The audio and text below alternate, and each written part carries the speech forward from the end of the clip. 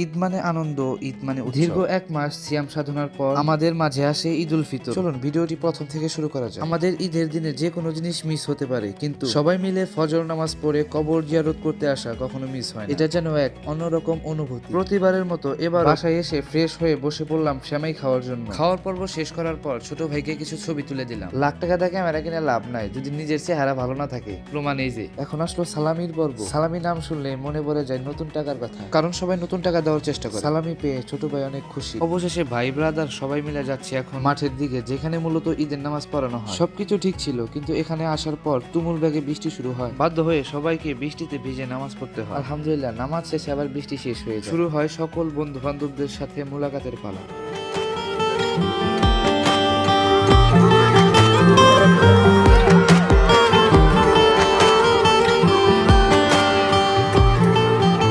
সকল পর্ব শেষে শুরু হয় সকলের বাড়ির জন্য কেনাকাটা। বিভিন্ন প্রকার খেলনা থেকে শুরু করে খাবার কিনে নিয়ে যায় সবাই এইখান থেকে। আর এই মেলাটা বসে ঠিক আমাদের মাঠের পাশে। সবশেষে বলতে চাই, ঈদের দিনটা আসলে কতটা আনন্দময় হয় সেটা হয়তো কাউকে বোঝানো যাবে না, আবার অনেকটা খারাপ লাগে। একটি বছরের জন্য আমরা একটি পবিত্র মাসকে হারিয়ে ফেললাম। সবাই ভালো থাকবেন। ঈদ মুবারক।